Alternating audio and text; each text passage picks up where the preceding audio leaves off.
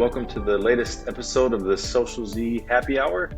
I'm the host, as usual, Calvin. I'm not in my beautiful beach office in Destin, Florida right now. I'm up in the Ozark Mountains of Northwest Arkansas, and it is very beautiful up here, so I can't complain too much. But I'm super excited to get to spend a little bit of time today with our next guest, Mr. Eli Da Silva, coming from Mansfield, Texas. Is that right, Eli? Yeah, the Dallas-Fort Worth area. Yeah. Yeah, awesome. Well, Eli, thanks so much for joining us. We're excited to hear your story and your journey. You've got a very, very unique one. I guess to kick us off, can you tell us what you're doing for personal development right now? What are you reading, working out? What are you spending your time on outside of work? Yeah, good question. I'm actually reading a few books. One of them sitting right here next to me. It's called oh my gosh, got so much stuff on top of it. The two-day CEO. Okay. By Skylar Lewis. And reading that book and about to start reading another two books that were suggested by a friend of mine. It's called The Simple Marketer and The Simple Sales. Okay. I think that's what they're called. Pretty sure that's what they're called. So the two-day CEO and the Simple Marketer and the Simple Sales. Well, it's actually they're actually called Business Made Simple and Marketing Made Simple. Marketing Made Simple. Gotcha. Yeah. Yeah. Those are the two books that I'm about to start as soon as I finish this one. So besides that, I'm an avid reader of scripture. Sure. And try to be in the Word quite a bit, just to glean wisdom from there as well. Absolutely. That's awesome. Well, Eli, take 60 seconds, 120 seconds. Tell us a little bit about, what you're doing in your businesses right now. And then, we will, from there, we'll take a step back in time and talk about your journey on how you got there. Okay. Right now I'm involved with three different businesses. I own a franchise for Home Well Care Services, which is a home care agency for the elderly and disabled. Right. It's a Texas-based franchise with about 75 franchises spread around the country, 75 units. I own a regional development franchise for a company called Pet Evolution, which is most likely going to be the premier pet franchise in the United States very soon. Wow. I own a region here in Southwest Texas where I am plotted to put 24 stores. Oh, wow. Yeah. So yeah. And I will own my own store, obviously, which I will have. Sure. And then I'm also a franchise broker associated with the Franchise Brokers Association. So that, where I help people start their own businesses and get out of the rat race and create some freedom and some legacy for themselves. Sure. That's great. So you've got a lot to talk about. I want to dive into each of those and hear more about those, Eli. But let's take a step back because you've got a very interesting story and path to where you are now, and we want to hear a lot about it. So you grew up in Brazil, I guess. Is that right? Well, kind of. I spent from 5 to 15 in Fort Worth, Texas. Okay. And then I spent from 15 to 30 in São Paulo, Brazil. So, okay. Yeah. And then I came back to the U.S. So what happened there? Were you born in Brazil and then came to Texas? I was born in São Paulo. Yeah, São Paulo, Brazil. Came to Texas when I was 5. My dad came to get his higher education here. Got to get his master's and his doctorate. And we ended up staying here for 10 years, right? So I went back to Brazil at 15 as a freshman in high school. And I did not speak the language or write it or read it. Yeah, that was not fun. Not going to lie, that was not fun. Yeah. But I went, I learned the language. I went to a Brazilian high school and I learned it by hook or by crook. Yeah. I learned it enough to get a law degree in that country, in that language. So um, Yeah. I think today I What? speak Portuguese better than most Brazilians. Oh, really? Yeah. Yeah. Yeah. So drove you to get your law degree there? Where was the idea you're going to be a lawyer full time and Mhm. stay there, or? Well, that's an interesting story because my dad was in ministry, was a Hmm. what you called in the past lives a music minister. Sure. So he did a lot of music. He was a professional musician, classical musician, Wow. and so here in the United States, he was the touring conductor of the Texas Boys Choir, which is a very Okay. famous boys Yeah. choir in the world. Toured all over the world with him, and ended up going back to Brazil to start a São Paulo Boys Choir, which ended up being one of the premier organizations down there as well. So I wanted to be a musician. I had studied violin for 8 years, played violin, and I was a singer, an opera singer, Oh, well. and decided I wanted to go to Juilliard, right, and Yeah. become a professional musician when I was in my teenage years. And I was talked out of it by my dad because he's like, "There is no money in this thing. Just go do something else." Sure. So go get a career. You do music on the side as a hobby. And I'm like, well, they ended up convincing me to go to law school, and I went to law school, Hmm. which I thoroughly enjoyed and would go again. Awesome. One of the most beautiful degrees in the world. Um, but while I was, as soon as I graduated from law school, I opened a business. I had a franchise in Brazil. Oh, really? Yeah, in the early 90s and in my early 20s, in my early to mid 20s. Um, it was a waterless car wash A and waterless car wash. Yeah. waterless car wash franchise, which by the way, there's one circulating in the United States right now. How did you Um, get into that from law school? it was a business opportunity that actually just appeared in our neighborhood. And we went and got our cars washed. Both my dad and I went and got our cars washed there, and found out that those franchises were being sold, Hmm. and decided we were going to jump in.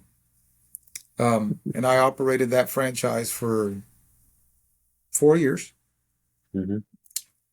and from '94 to '98, Okay. um, with my dad and actually my wife as an employee, and 33 other people that we Sure. employed.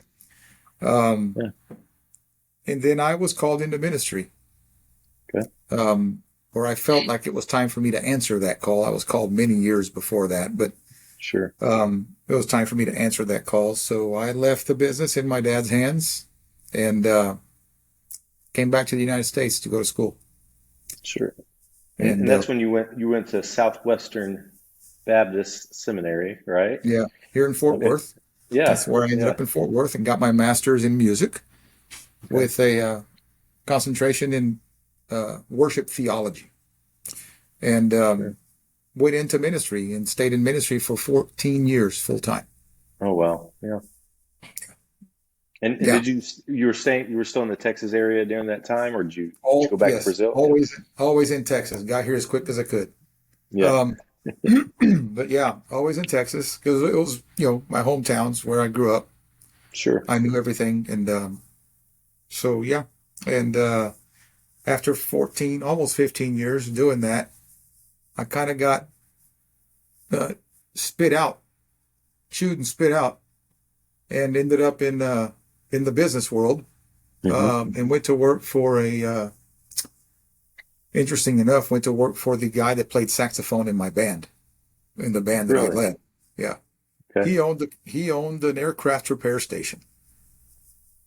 And I Okay. went to work for him and it was called Dallas Aeronautical Services, or DAS. Yep. I went to work for him. I was employee number 11 of that company. And I didn't know anything about airplanes except that they flew. Sure. Um, Sure. and he guaranteed me he'd teach me, and he did. He taught me everything he knew. And together we grew that company from $1 million a year to $13 million a year in 9 years. Yeah. And um, I worked there for 10 years in sales, ended up becoming the vice president of sales and marketing of the company. And in 2017, he sold it and became a multimillionaire. And and I stayed there for another 2 years. Hmm. And he assisted me and a couple of friends of ours in purchasing a repair station. Really? Okay. So we purchased a competitor. And so I went became one of the owners of that company, and I was there for 3 years until January of this year when I sold my part in the Awesome. company. So Awesome.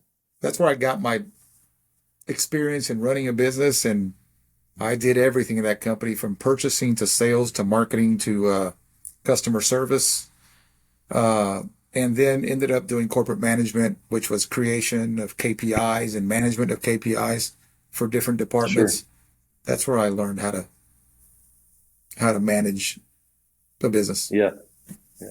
So Eli, to recap here, you grew up in the United States, really, moved to Brazil, finished school, went to law school, started a waterless car wash franchise, came back to the United States, went into ministry, got into aeronautical sales, ended up with your own business in that, sold it, and now you own three franchise businesses, right? So that's Yeah, quite yeah, that's quite the journey, quite the yeah. journey. It So is. I'm not gonna lie. It sounds crazy, and sometimes I yeah, think it is crazy.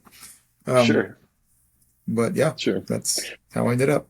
So I definitely want to hear more about the businesses that you have now. But what ever happened to the franchise in Brazil? You said you left that with your dad. Yeah, I What he left that ended in up doing my with that? dad's hands, and obviously that business was supposed to support me here in the United States while I went to school. Hmm. Yeah, that did not happen. My dad is not a very business savvy person, so he wasn't able to run it properly. So he ended up practically giving it away to the two managers that we had on staff, and I don't know what they did with it after that, but Sure.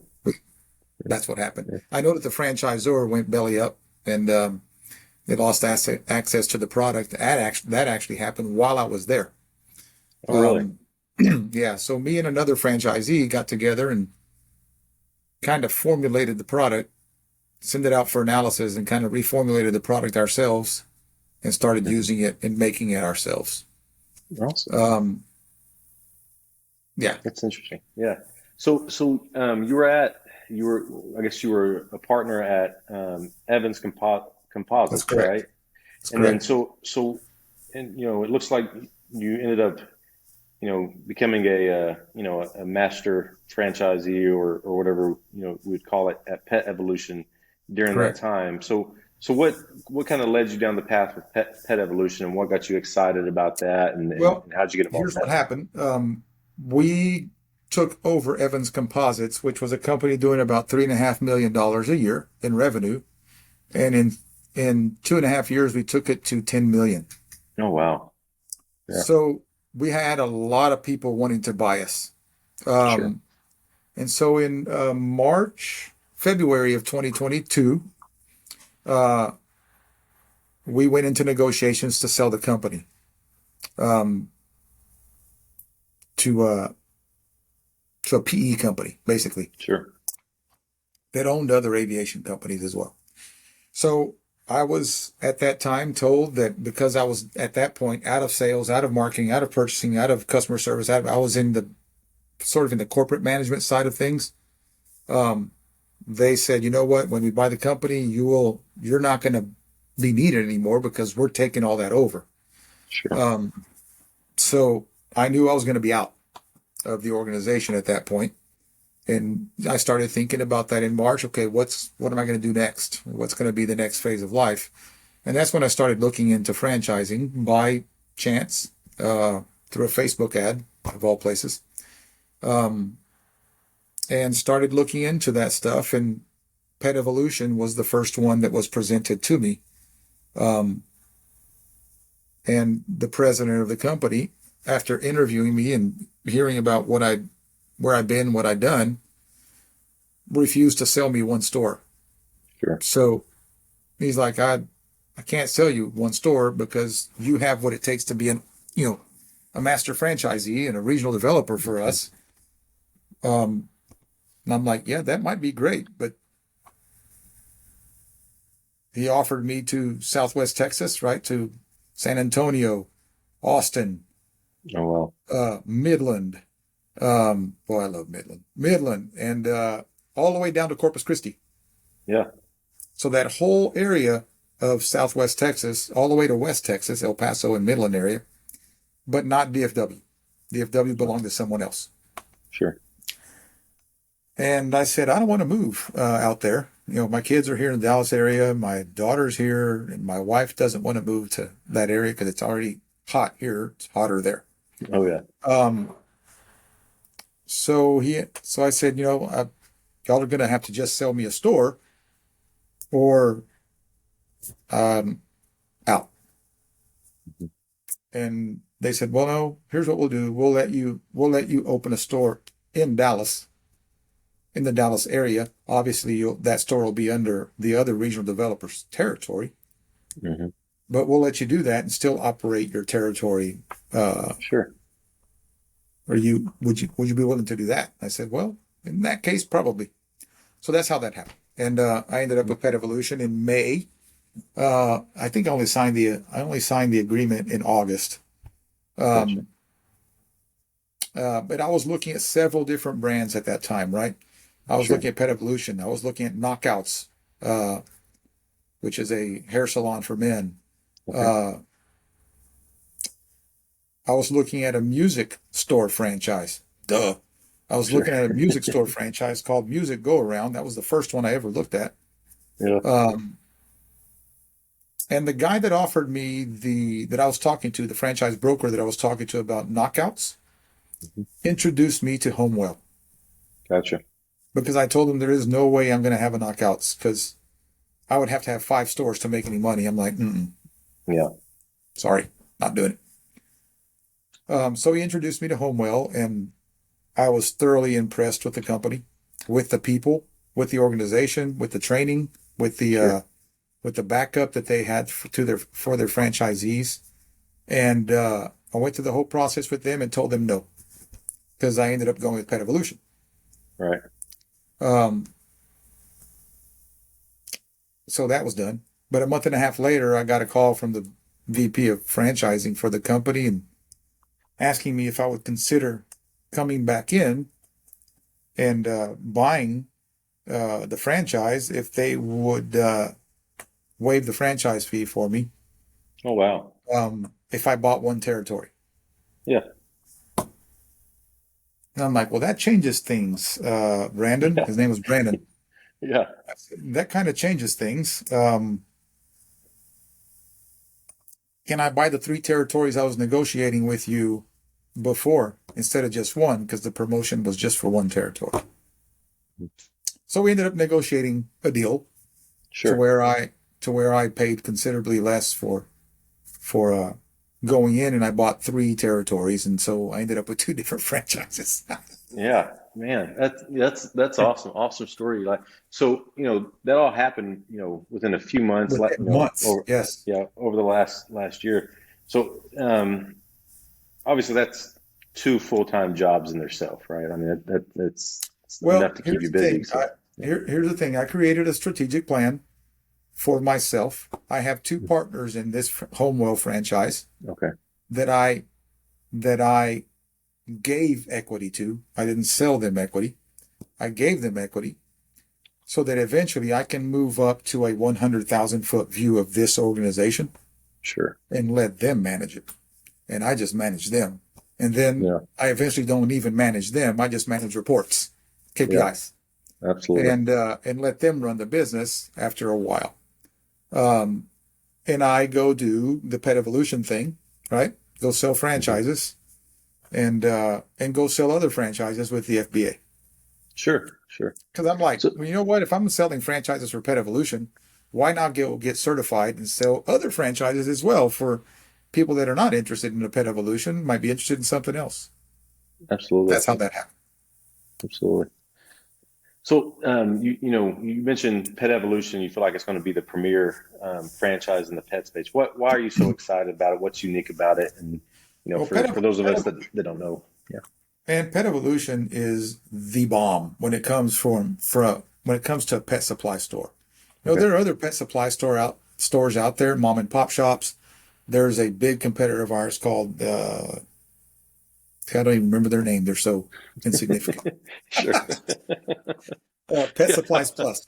Yeah, I've seen those. I've seen them. Yep. Pet Supplies Plus. Pet Supplies Plus is a downgrade from Pet Evolution in terms of looks, feel, customer service. I walked into one to find out. Pet Evolution is a niche store where the staff is trained on all of their products to be able to tailor products to a dog's individual need. Hey, my dog has issues with his stomach, and okay, let's try this food for your dog to see if it helps. So it's very almost a clinical approach to customer service with dogs, cats as well, not as many, but cats as well. Sure. And it is a store that only sells USA made, high-end brand dog foods with no preservatives, no corn, it's just all natural. Sure. Natural frozen foods, and natural unfrozen foods as well. If you walk into a Pet Evolution, you're going to see that we have about a fourth of the store, maybe a third, about a third of the store dedicated to self-wash stations. Really? Yeah. Yeah, and they are massive tubs, man. These massive porcelain tubs completely surrounded with tile, and this is just beautiful environment. Sure. That you walk in, you're like, dang. And so people can go and they can bathe their own dogs with their families because there's plenty of room around every tub for people to go and just have an experience with it, right? Using our towels, our water, our shampoos, our high intensity blow dryers. You can literally walk in and out of there with your dog completely dry in 20 minutes. Oh, wow. Yeah. So, and obviously if you don't want to do that, our staff will do that for you. And then you got what we call breed specific grooming. Sure. Where each one of our groomers is trained on how to groom individual breeds of dogs. Some of them require, specific ways of grooming them. So it's just, and on top of that, Pet Evolution came in with a new model of membership, which is very uncommon. So you can actually buy a membership of Pet Evolution for $30 a month, and you can go in there and fully bathe your dog on your own twice a month. With all of our stuff, including our electricity. Sure. And then on top of that, you get a 10% discount on every other product in the store or service. In other words, if you go pay for a grooming, you're going to get a 10% discount on the grooming. Sure. Or any other product that's in that store, and a $10 gift certificate every month. Oh, wow. So the membership kind of pays for itself. Yeah, absolutely. And it creates a recurring revenue for the store owner. Sure. That is not only dependent on customers walking in the door and buying stuff. Yeah. We have 8 stores slated to open in 2023. One just opened. There's one in Texas right now in Frisco, and 2 more slated for Dallas already. And, if you ever walk into a Pet Evolution, there's several that are going to be in Florida. Several. Sure.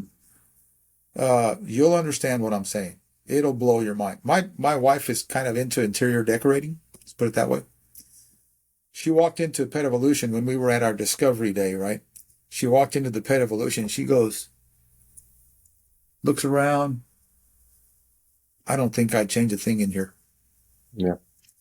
That's a hard thing for an interior decorator to say because you got to put your fingerprint somewhere, right? Yeah. She said, this place is phenomenal. Yeah. I mean, it goes even as far as understanding the height of each one of the shelves in the middle of the halls so that people can see over them. Wow. And see what's in the next aisle. It goes as far as nothing is put in the middle of the aisles. Absolutely nothing. Walk into a Pet Supplies Plus and you're going to see they have racks in the middle of the aisles for you with Yep. promotions, and it's just very cumbersome. There's none of that in a Sure. better version. It's a sick looking store. Not gonna lie. Yeah. That's exciting. That's exciting. So before we wrap up, Eli, I want to hear about the franchise Shepherd and what led you to go down that path and between you know the franchise Shepherd, Homewell, and Pet Evolution, you know where are you spending most of your time and kind of what's your goal for the three of those? Okay. Right now, I'm spending the majority of my time at Homewell, Hmm. trying to get that business up and running and to the point where it's profitable, so that I can Sure. then take a step up to the 30,000 foot view before I go to the 100,000 foot view, Yep. um, and slowly pass on the daily responsibilities of that business to my partners. Um, I'm heavily involved with the franchise Shepherd right now, trying to get that up and running because I just started that. Sure. The franchise Shepherd is, the slogan of my business is guiding to greener pastures. Mm-hmm. Comes directly Yep. out of the 23rd Psalm. Okay. Um, and you know, I heard someone speaking of that the other day and what shepherding is about. You know, and I said, man, that applies so well to what we do as franchise brokers that Absolutely. I'm going to go then that direction. So, that the shepherd sheep carry a staff, right? They carry a staff for several reasons. One is because it's got a hook on the end of it. And the other reason is because it's a rod, right? So, Hmm. and the other reason is because sheep are they're about the dumbest animal on the planet. Um, when God Sure. calls his children sheep in the Bible, that's not a compliment. Okay. That's not. Sure. Um, um, so sheep are stupid. They're stupid. They go drink water in a stream of that's running current, and they have this head full of cotton, right? Yeah. They stick their head in the water, and it soaks their head, and they become top heavy, Yeah. and they fall in because they're dumb, right? So Sure. so Sure. the shepherd takes that staff with the hook and hooks that sheep with the hook and pulls it out of the water. Gotcha. So that's the rescue portion of that role. Hmm. And then on the other side, the 23rd Psalm says there's a passage in there that's about to go on my wall, by the way, that says, "Thy rod and thy staff, they comfort me." And you're like, how the heck is a rod going to comfort you? There, you could go many different directions with that, but I'm not going to do that. Sure. Um, what is the rod for? There's a lot of people that have interpreted that passage as being the rod is for uh, reprimand, for punishment, or to Hmm. guide the sheep back into the right place, or to nudge them, to hit them, to punish them for doing the wrong things. And that's how they've interpreted it for us as human beings, what the rod and the staff in the 23rd Psalm is all about. And this is what I heard the other day. And I'm like, wow, I'd never thought about this. But the rod is not for punishment or for reprimanding us. The rod is for Hmm. protecting us from the wolves, the bears that are Hmm. coming to eat the herd Sure. of dumb sheep, right? Yeah. Um, so I took that concept and applied it to my business to where I shepherd people Hmm. with the hook and the rod. So I Sure. protect them from the franchises that are not for them, that don't Hmm. fit their personality, that don't fit who they are as a person. Uh, we use a Zoracle profile. I don't know if you ever heard of that, but we use Zoracle to profile our candidates from a Hmm. personality standpoint. Um, and uh, and the hook of the staff is to rescue them from making a wrong decision Sure. and going into the wrong business. And so it's a support system that I imagined, and that just came to my mind. The Yeah. franchise shepherd. So, Yeah. That's and great. that's how that came about. Awesome. Awesome. Well, Eli, it's been a pleasure getting to hear your story, and it is unique to say the least. And what a incredible journey, and Very different. very very excited to get to talk to you again, hopefully next year, and hear how the three businesses are going and all you're accomplishing there. It was my We pleasure. Yeah. For anyone that's taking the time to listen to Eli's story, we appreciate you listening in. Eli, to close us out, if you wouldn't mind giving us an elevator pitch on all your businesses, whatever you want to talk about.